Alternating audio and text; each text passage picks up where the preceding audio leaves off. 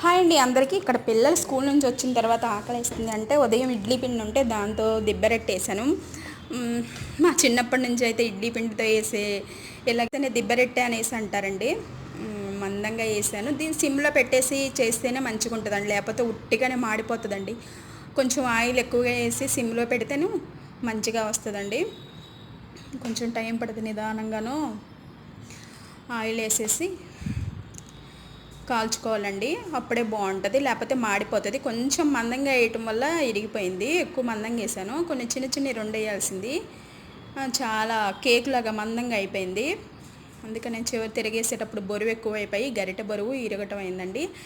ఇంకా కొంచెం సేపు ఉండవైతే ఇంకా మంచి కలర్ వచ్చేది. మా అమ్మాయి ఆకలి అవుతుంది అని ఒకటే గోల. ఇక్కడ నేను బయట నుంచి అయితే చూపిస్తున్నానండి. అక్కడ సాయంత్రం పూట అయితే లైటింగ్స్ అలా వేస్తారండి. ఇక్కడ మా అమ్మాయి తింటుంది. ఎంత సిగ్గుండి వీడియో అంటే.